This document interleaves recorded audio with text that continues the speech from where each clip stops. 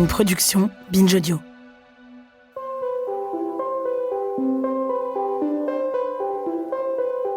On dit souvent que la clé d'un couple, c'est la communication. La communication, c'est vraiment la base. On s'est séparés parce qu'on avait des problèmes de communication. C'est toi aussi, tu communiques super mal. Mais c'est très simple. Communiquer. Et tout le monde prend l'air entendu, comme si la communication était une compétence évidente que nous étions toutes et tous censés maîtriser en arrivant dans une relation. Sauf qu'un couple, c'est la rencontre de deux personnes distinctes qui décident de construire ensemble. On arrive dans la relation avec ses schémas, ses traumatismes, sa manière de parler, sa façon d'exprimer ses émotions ou pas. Réussir à dire ce qui se passe en nous à la personne qu'on aime, ça n'a rien d'évident. Et apprendre à accueillir ce que l'autre peut avoir à nous dire, ça n'a rien d'évident non plus. Alors, comment on fait pour que ça marche quand on a du mal à communiquer ? Je m'appelle Bénédicte Gilles et j'ai recueilli l'histoire d'Héloïse et l'Aloé. Fragment d'amour, épisode 3, miser sur la communication. Une série en partenariat avec l'application de rencontre Hinge. Moi, je m'appelle Aloé, j'ai 24 ans. Dans la vie, je suis RH dans l'immobilier. Moi, c'est Héloïse, j'ai 23 ans et je suis étudiante en journalisme. Et je suis en couple avec l'Aloé depuis septembre 2024. Donc là, ça fait un peu plus d'1 an qu'on est ensemble.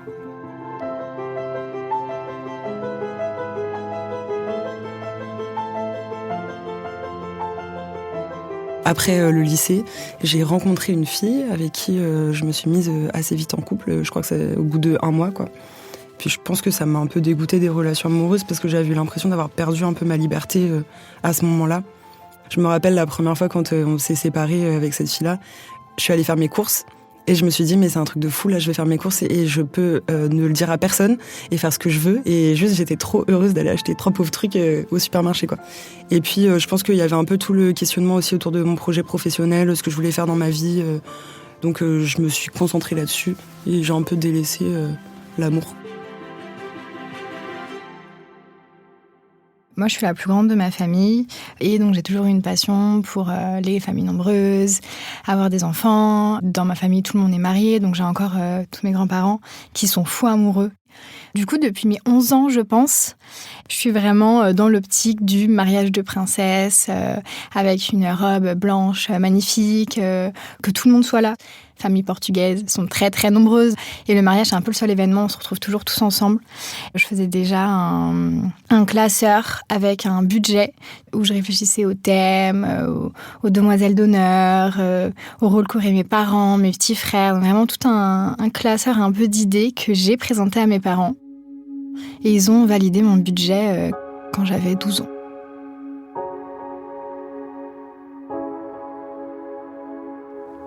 Donc je me suis mis en terminale dans une relation qui a duré 5 ans. Elle était un petit peu plus âgée et je pense que de mon côté, j'avais un gros manque de maturité pour une relation. Ce qui fait qu'on avait vraiment instauré aucune base qui était bonne, aucune communication, un ascendant, mine de rien, de maturité, d'âge, financier, de situation, etc. J'avais un petit peu peur que ça se termine parce que quand tu connais que ça depuis tes 17 ans, forcément, tu te dis faut que je retourne chez mes parents, faut que je revoie mes amis, vu que j'étais aussi très enfermée.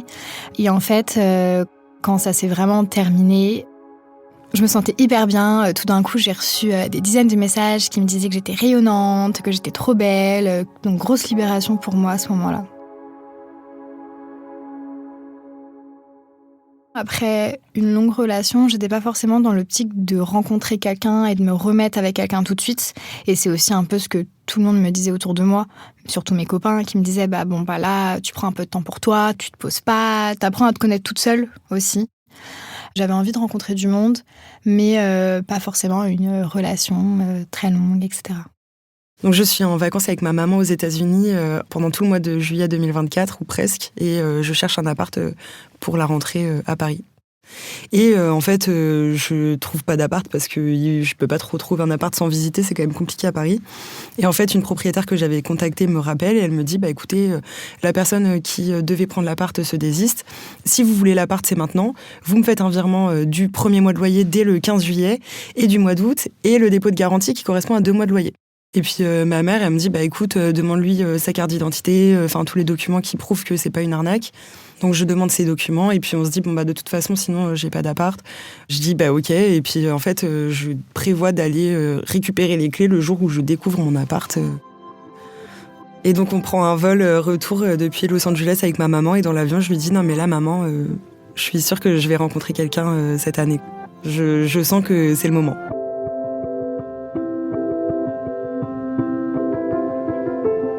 Et donc, on finit par atterrir à Charles de Gaulle, à l'aéroport, et je me dis, là, j'ai un peu de temps devant moi, donc je vais sur Hinge rapidement, puis je fais des likes. Et puis, je like l'Aloé à ce moment-là. Je la trouve super jolie sur ses photos, je vois qu'elle a des tatouages et tout, moi j'adore ça. Sur Hinge, il y a des questions, et on peut mettre des réponses, donc il y a plein de questions marrantes. Et l'Aloé, dans une des questions, c'est genre un truc inavouable. Elle dit qu'elle croit aux fées. Et qu'elle croit que les fées existent, et ça m'amuse, donc je la like et je lui dis c'est toi la fée. La première chose que je me dis, c'est que j'ai reçu exactement le même message avec la même ponctuation la veille. Donc ça m'a fait un petit peu rire, où je me suis dit je pense que là, une troisième personne me le sort, je change cette question. Et au final, donc je vais voir son profil. Je la trouve vraiment belle sur son profil, mais ce qui m'a surtout accrochée, c'est son petit running gag dans tout le profil, sur le fait qu'on lui avait volé sa carte bleue dans un date. Où c'était qu'est-ce qu'il faut faire, ne pas voler ma carte bleue, comment je peux tomber amoureuse en évitant de voler ma carte bleue. Donc je me suis dit que j'allais répondre. Je crois que je réponds merci. Je crois que je lui ai fait la remarque directement en disant c'est marrant, j'ai reçu exactement le même message la veille. J'essayais d'être un peu détachée de la discussion. Au début, on se demande tu vis où, etc. Et donc je lui dis que je viens vivre à Paris. Et donc je lui raconte cette histoire d'appartement. Et je lui dis que là, je dois aller récupérer les clés. Et donc je vais voir à quoi ressemble l'appart, et s'il existe. Donc je regarde un petit peu ses réseaux, je regarde ses photos et je vois qu'elle a plusieurs photos au Sri Lanka, en sachant qu'elle fait de très jolies photos. Donc je les regarde un petit peu toutes et je lui envoie directement un message en privé en disant trop marrant, je pars aussi au Sri Lanka là dimanche. Du coup, on commence une conversation sur le Sri Lanka, sur un petit peu son retour du voyage et les choses à faire et ne pas faire. Petit à petit, la conversation s'essouffle et on arrête de discuter, Donc j'ai vu que j'avais un vu, mais c'était le jeudi soir et elle arrive à Paris donc le vendredi pour découvrir son appartement. Sur le coup, je suis pas forcément en train de pleurer, je me dis juste que dans tous les cas, je la relancerai demain parce que je veux savoir quelle est la fin de l'histoire de cet appartement. L'appart, quand j'arrive, il est mignon. C'est à 11 mètres carrés, mais je suis contente d'avoir les toilettes dans la chambre, dans l'appart, et il est ok, on va dire. Donc je reste juste la journée en fait dans mon appart. Après on est rentré en Vendée pour tout le mois d'août, et après je repartais à Paris que fin août, Donc je prends l'avion, je sais plus exactement combien d'heures d'avion c'est de Paris au Sri Lanka, mais c'est quand même assez long et j'avoue que je me suis vraiment laissée porter dans ce voyage. Mes parents ont tout organisé, moi je me suis dit super, un mois de vacances trop bien. Donc je n'étais même pas au courant qu'il y avait une escale en fait dans mon trajet. Il y a vraiment une escale au bout de 1 heure et demie d'avion. Et donc du coup, une escale en Europe, donc je peux rallumer mon portable et je lui fais trop marrant, j'ai une petite escale qui a quand même duré au moins 1 heure je pense. Moi, à ce moment-là, je suis à la piscine avec un copain. On fait une journée goûter piscine. Et en fait, je passe tout mon temps sur mon téléphone pour parler à l'Aloé. Et en fait, vient la conversation on dit toutes les deux que pour se projeter dans une relation, c'est bien de savoir déjà ce que veut l'autre. Parce que ça sert à rien de se projeter dans une relation si dès le début, on n'a pas du tout envie des mêmes choses. Et je lui dis, mais est-ce que tu veux te marier ? Et là, directement, elle me dit, mais évidemment que je veux me marier. En gros, je prévois mon mariage depuis je sais pas combien d'années. Donc moi, je suis trop contente. Et là, elle enchaîne, elle me dit, et toi, est-ce que tu veux des enfants ? Et je lui dis, oui, j'en veux, mais je suis pas sûre de vouloir porter mes enfants. Et elle me dit, ah bah ça tombe bien, moi, je veux tous les porter. Je sens que l'avion est en train de rouler, donc là, je crois qu'on va redécoller. Je me mets en mode avion. Donc vraiment la conversation qui s'arrête un petit peu au milieu. Moi je suis dégoûtée quand elle doit se remettre en mode avion et partir parce que la conversation devenait vraiment intéressante et cette conversation fait que je m'accroche à l'Aloé déjà.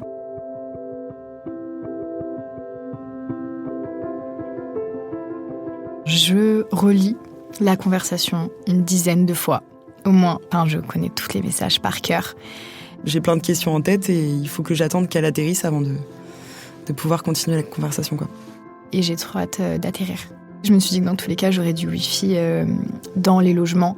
Par contre, c'est sûr que dans le pays même, j'avais pas Internet.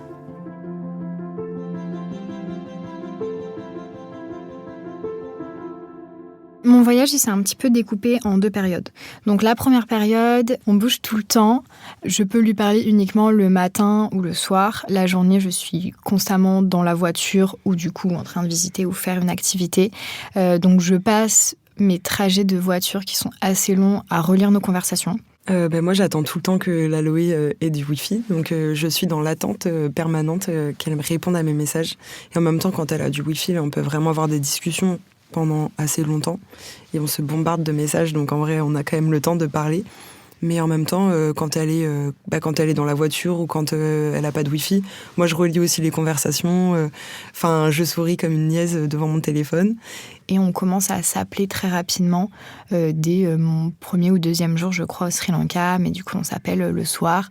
Et en général, je m'adapte parce qu'il y a un décalage horaire. Donc, je sors en boîte avec mes copains le soir et je fais tout pour les traîner jusqu'à 6h du mat pour être réveillée quand l'Aloé se réveille, elle. Et pour qu'on puisse parler avant qu'elle parte faire sa journée. Parce que je suis pas une lève-tôt, donc je me serais pas levée à 6h du mat non plus. Mon père m'a dit alors, quand est-ce que tu vas me présenter cette fameuse personne ? Alors que je ne lui en avais pas du tout parlé.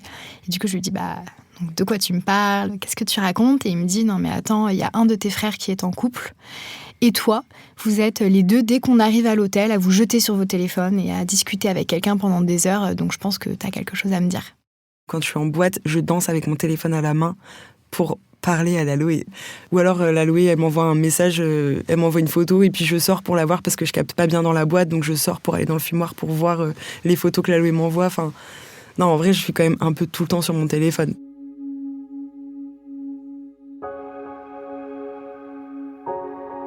Oui, ça va aller des conversations banales de « t'as fait quoi aujourd'hui ? T'aimes bien mes photos ?» etc. à des conversations plus deep où on se raconte nos anciennes relations, comment on se place dans la famille, tout ce qui se passe dans nos familles, puis avec nos copains, comment on se sent dans nos relations en général. Et où on se dit des secrets, où en vrai on devient à ce moment-là des confidentes, où on se raconte « y a tel truc qui m'a saoulée aujourd'hui, j'ai passé une journée de merde », ou alors au contraire « ma journée était trop bien, j'ai fait ça, ça, ça ». Mais en même temps, on rentre dans des trucs déjà assez profonds. Mais par contre, quand on est en FaceTime et tout, là, il y a plus ce côté physique parce qu'en fait, on se voit. On se regardait constamment dans le petit retour. Moi, j'appuyais constamment pour vérifier que tout allait bien sur ma tête, pour être sûre d'être impeccable. Et il y a ce côté où quand on est en FaceTime, en vrai, on n'a pas trop de conversation, on se regarde et on sourit. Et nos conversations étaient beaucoup plus tournées sur le fait qu'on se plaît mutuellement, qu'on aimerait bien être ensemble, dans la même pièce, se voir, quoi. Donc là, on est vraiment à fond dans nos conversations. Du moins, moi, de mon côté, je commence vraiment à me projeter. On commence à se dire, je pense, chacune de notre côté, que vraiment, ça nous plairait pas que l'autre aille voir ailleurs. Et en fait, on le verbalise, on en parle. Et on se dit, comment tu le verrais si je faisais ça ? Est-ce que toi, t'aurais envie de faire ça ? Et en fait, chacune, on se rend compte qu'on n'a pas du tout envie que l'autre aille voir ailleurs et que c'est déjà exclusif dans notre tête. Donc assez vite, en fait, on se dit qu'on est exclusive. Je pense qu'on a toutes les deux besoin d'une certaine sécurité dans le fait d'apprendre à se connaître et dans le fait qu'on s'attache beaucoup, où du coup on se dit que c'est la solution, où on est exclusif, on n'est pas ensemble, on prend le temps de se connaître. Et vu comment on était sensible et vu comment la moindre détail, la moindre petite chose pouvait nous impacter, si on savait que l'autre faisait parler à quelqu'un d'autre ou s'intéresser à quelqu'un d'autre, ça allait forcément nous bloquer. En fait, ça allait couper toute la conversation qu'on avait, quoi. Moi, je supprime les applications de rencontres. L'Aloé pouvait pas parce qu'elle pouvait pas aller sur les applications à l'étranger, donc elle pouvait pas supprimer à ce moment-là. Mais moi, je supprime les applications de rencontres et on n'est pas dans une démarche d'aller rencontrer quelqu'un ailleurs, quoi. On commence à ce moment-là à vraiment s'attacher énormément. Même à développer des sentiments. Personnellement, j'avais envie de lui dire que je l'aimais déjà, alors qu'en fait, on s'était pas vus. On trouve plein de moyens de se dire « je t'aime » en rajoutant des mots. Je t'aime bien, je t'aime beaucoup. Je t'aime bien. Et après, on laissait le suspens pour faire paniquer l'autre. Et je pense que c'est vraiment la dernière semaine où moi, de mon côté, je me dis que là, j'en ai marre. Là, on a besoin de se voir, on a besoin d'être ensemble, de même pouvoir avoir un contact l'une avec l'autre, c'est assez frustrant. Et quand je rentre enfin en France, je compte les minutes. Donc je me mets un réveil pour me dire, ah là, c'est le moment où il va falloir que je me prépare pour aller la voir, etc. Un compte à rebours d'impatience de la voir enfin, quoi. Pendant 3 semaines, le truc dont on parle en boucle, quand même, le sujet de conversation qui revient souvent, c'est quand on va se voir la première fois, qu'est-ce qu'on va faire, comment ça va se passer. Et dans cette première fois, ce qu'on imagine, c'est comment on va se dire bonjour au moment où on va arriver, parce que c'est pas comme si je rencontrais une inconnue, hop, je lui fais la bise et voilà. Et elle me dit, je vais te faire un câlin. Sauf que moi, je n'aime pas qu'on me fasse des câlins parce que j'aime pas qu'on me touche, Elle stresse tellement que je me suis dit, en fait, si moi, je fais quelque chose et qu'elle aime pas ça, c'est une possibilité pour que ça me bloque toute la journée où du coup j'ose plus entreprendre quoi que ce soit. Et la conclusion c'était on voit sur le moment. On prévoit à ce moment-là de se voir dans Paris et d'aller se promener. Voilà, parce qu'on se disait qu'un date classique autour d'un verre, c'était pas le genre de date qui correspondait à une relation qui durait déjà depuis 3 semaines. Et donc on se dit vas-y, on va aller se promener. Et la Loué doit me rejoindre en bas de chez moi, devant la porte d'entrée de mon immeuble. Je suis hyper impatiente et en même temps, j'ai quand même peur que ce soit pas à la hauteur de de ce que j'ai projeté, ce que j'ai imaginé pendant 3 semaines. Forcément, je suis assez stressée. Le trajet, il est d'environ 45 minutes, donc on a quand même le temps de beaucoup réfléchir en 45 minutes. Est-ce qu'elle va me trouver belle ? Est-ce que je suis comme sur les photos ? Est-ce qu'elle va pas être déçue ? Donc la Loué me dit, je suis en bas. Ça fait déjà tout le début de la journée que je stresse. Et donc je me dis, je vais descendre les marches tout doucement. Puis j'arrive devant la porte et puis là, je respire un grand coup, mais j'étais vraiment en stress ultime. Voilà, j'ai vraiment hâte qu'elle arrive, qu'elle ouvre cette porte. Et j'ouvre la porte et puis je vois la Loué dans le coin, qui s'était cachée presque. Je me mets un petit peu dans un coin pour la voir ouvrir et je voulais la voir avant qu'elle me voie. Là, en fait, j'ai un coup de foudre. J'ai jamais ressenti ça. Juste, je ressens que, waouh, elle est magnifique. À partir de là, mon cerveau, je suis en mode automatique et je ne réfléchis plus de la journée entière. Je sais pas comment l'expliquer. En vrai, c'est inexplicable. C'est un peu comme si une voix dans ma tête me dit, j'avais raison. C'est elle et ça sera toujours elle. Mais directement, après, j'ai un peu ce truc de... je me détache totalement de mon corps et je suis vraiment en pilotage automatique toute la journée, quoi. Là, le câlin, il est évident, finalement, pour moi. Je me dis, oui, il faut que je lui fasse un câlin, hyper naturellement. Je vais vers elle pour lui faire un câlin. Je lui fais un câlin parce que, je rêvais de lui faire un câlin. Mais... moi, de mon côté, je voulais pas initier un câlin pour qu'au final, elle soit hyper mal à l'aise. Donc, quand elle arrive, je le fais vraiment pas longtemps et je me détache tout de suite pour que même elle se dise c'est bon, c'est fini, le bonjour est passé et on peut passer à autre chose. Elle me fait une espèce de mini accolade ridicule et elle recule. Donc, en fait, moi, je suis frustrée dans mon câlin parce que j'ai pas eu mon câlin, quoi. Je me dis que elle est peut-être un peu déçue. Je suis pas... En tout cas, j'ai pas de certitude que je lui plais. Je remarque que dans sa tête, elle se dit quelque chose. Donc du coup, directement après le câlin, je commence à lui tenir la main, je lui fais un bisou sur la joue pour un petit peu réinitier ce côté contact physique, pour lui dire que si, tout va bien, quoi.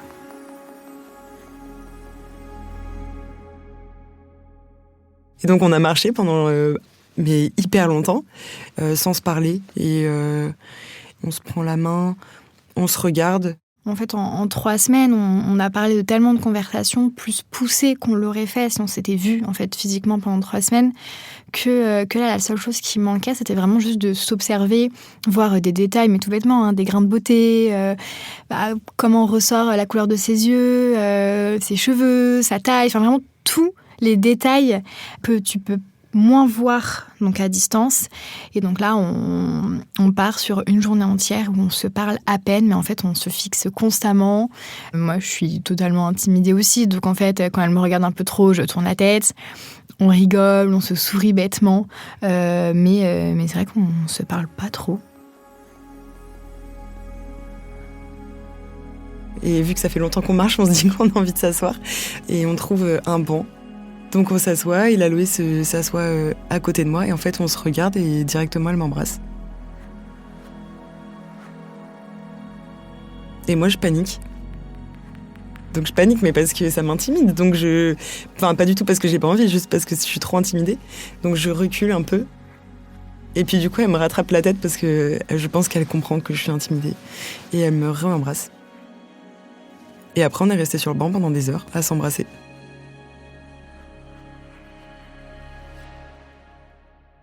Donc après s'être embrassé pendant des heures sur le banc, on décide de retourner se balader. Et puis on passe pas loin de mon appartement, donc je propose à l'Aloé de venir voir mon appart. Et c'est à ce moment-là qu'on s'offre des cadeaux qu'on avait ramenés chacune. Moi, je lui donne un petit cahier tout petit avec 2 petits éléphants collés dessus, mais qui fait très Sri Lanka. Je sais que l'Aloé, c'est quelqu'un de girly, et je me suis dit, le monoeil, c'est un truc pour la peau, ça sent bon, ça va lui plaire. Et j'avais ramené pas mal de monoeil de Tahiti, donc je lui ai fait un petit assortiment et je lui ai offert ça. Et ensuite, on décide d'aller au restaurant en bas de chez moi.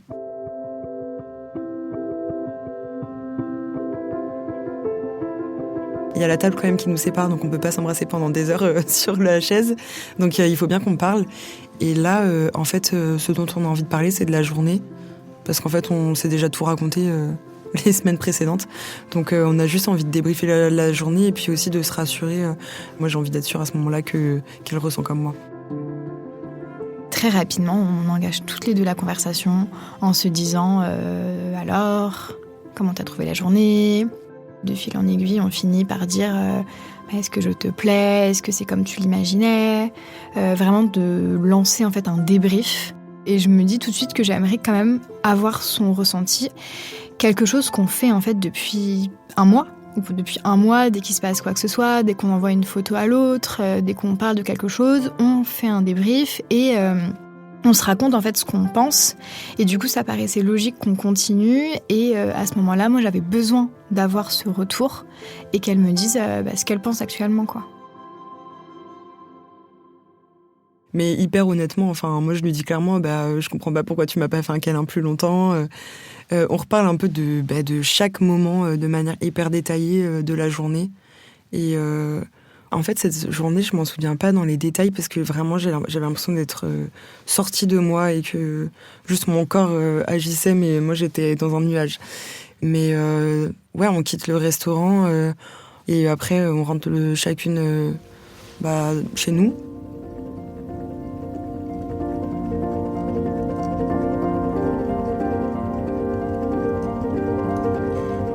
À partir du moment où on se sépare, je sais que je suis morte de fatigue.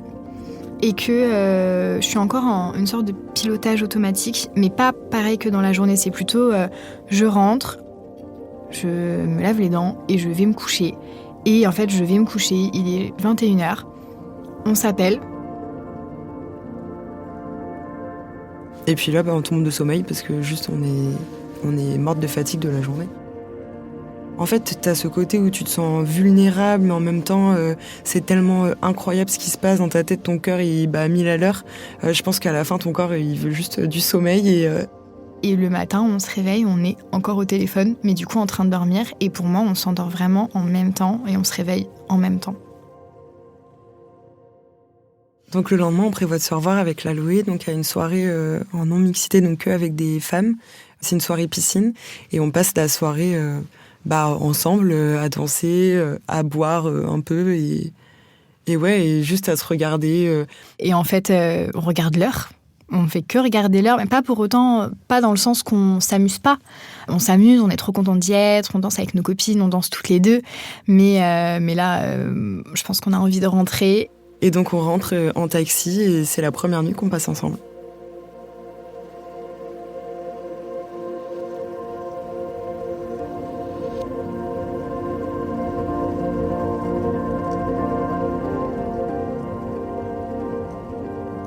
Donc le lendemain, on se réveille. Je pense qu'on reste au lit quasiment toute la journée. Je suis pas sûre qu'on fasse quoi que ce soit. On reste vraiment au lit. Et du coup, je la regarde et je lui dis que là, c'est un petit peu le moment de me dire je t'aime, en enlevant tout autre mot supplémentaire qui nous permettait de pas vraiment se le dire quand on était au Sri Lanka. Et de là, donc, elle me dit je t'aime pour la première fois. Et après, je lui dis que je l'aime.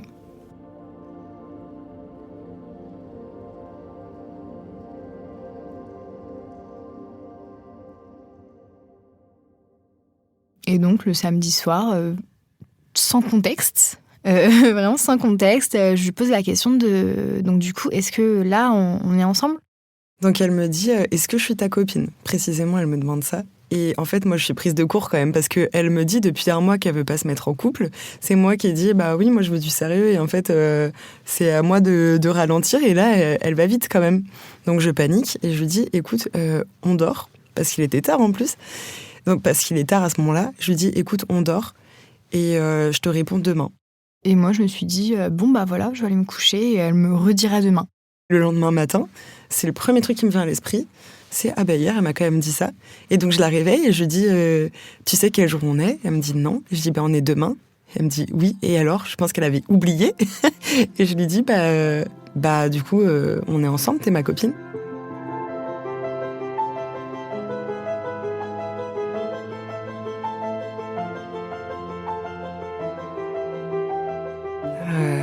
Du coup, là, on est bien, on a notre appart.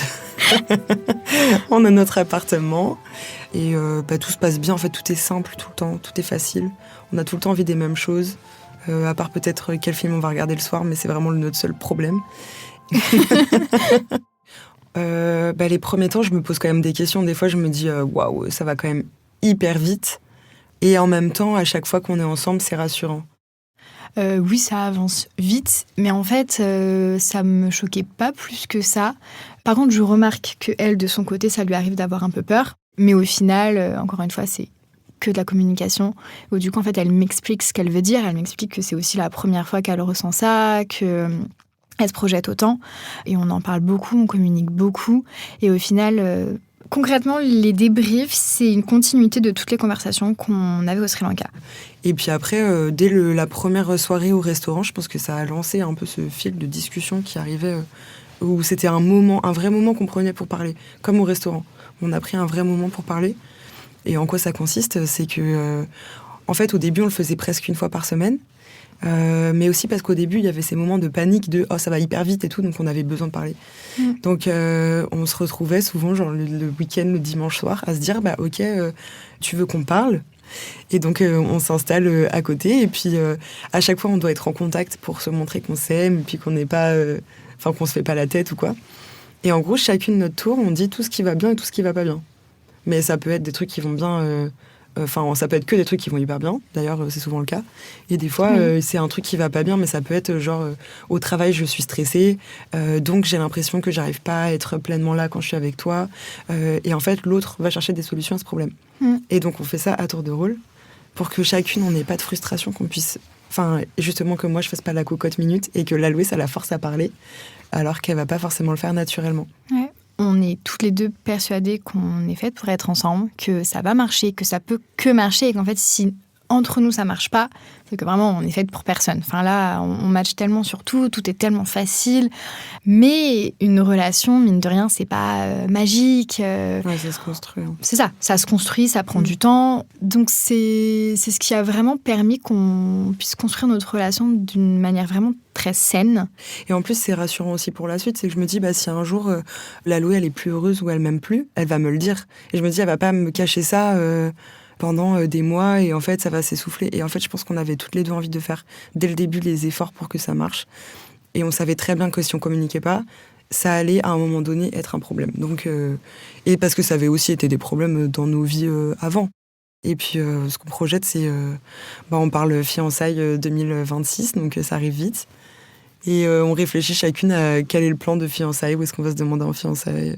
Et ces demandes en fiançailles, c'est un peu une preuve qu'on se connaît, je trouve. Enfin, coupe-moi si je me Ah trompe. ouais, elle me met la pression. Bah oui, je te mets la pression. Ah, mais c'est bon, moi j'ai déjà avancé. Hein. Peut-être pas toi. On se passe des pics.